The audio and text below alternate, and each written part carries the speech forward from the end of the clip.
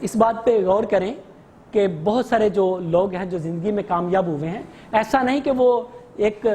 جو ہے وہ سونے کا سپون لے کے ہی منہ میں وہ پیدا ہوئے تھے، ایسا نہیں ہوا۔ بہت سارے لوگ ایسے ہیں جو کہ بہت سارے مسائل میں سے گزرے ہیں، جیسے احمد ندیم قاسمی جب چھوٹے سے بچہ تھے تو ان کے والد صاحب کی ڈیتھ ہو گئی تھی، اور ایک دن یہ گھر میں آتے ہیں اور اپنی والدہ صاحبہ سے کہتے ہیں کہ مجھے روشنائی چاہیے، مجھے تختی لکھنا ہے۔ تو والدہ صاحبہ کہتی ہیں کہ میرے پاس آپ کی روشنائی کے لیے بھی بیٹا پیسے نہیں ہیں۔ تو وہ اس سے کہتی ہیں کہ جاؤ بیٹا تم باہر جاؤ، درخت کے اوپر سے تھوڑی سی گوند اتار کے لاؤ۔ وہ جاتے ہیں، جا کے گوند اتار کے لاتے ہیں، اور والدہ اس کی کہتی ہیں جی کہ اب وہ گوند سے لینے کے بعد وہ توے کے پیچھے ایک کالک ہوتی ہے، اس کے ساتھ مکس اپ کرتی ہیں، تھوڑا سا کچھ پانی ڈالتی ہیں، ایک سولوشن سا بن جاتا ہے،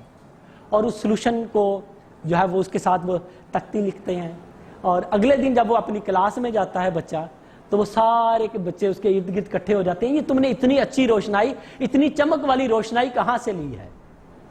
اور وہ کہتا ہے میں نے تو سوچتا ہے کہ میں نے تو اپنی غربت کو مٹانے کے لیے یہ عمل کیا تھا، اور لوگ مجھے اپریشیٹ کر رہے ہیں۔ اس دن وہ رول بناتے ہیں کہ میں نے زندگی میں جو مرضی ہو جائے لیکن میں نے محنت کرنی ہے، اور جو محنت کرتا ہے وہ کامیاب رہتا ہے۔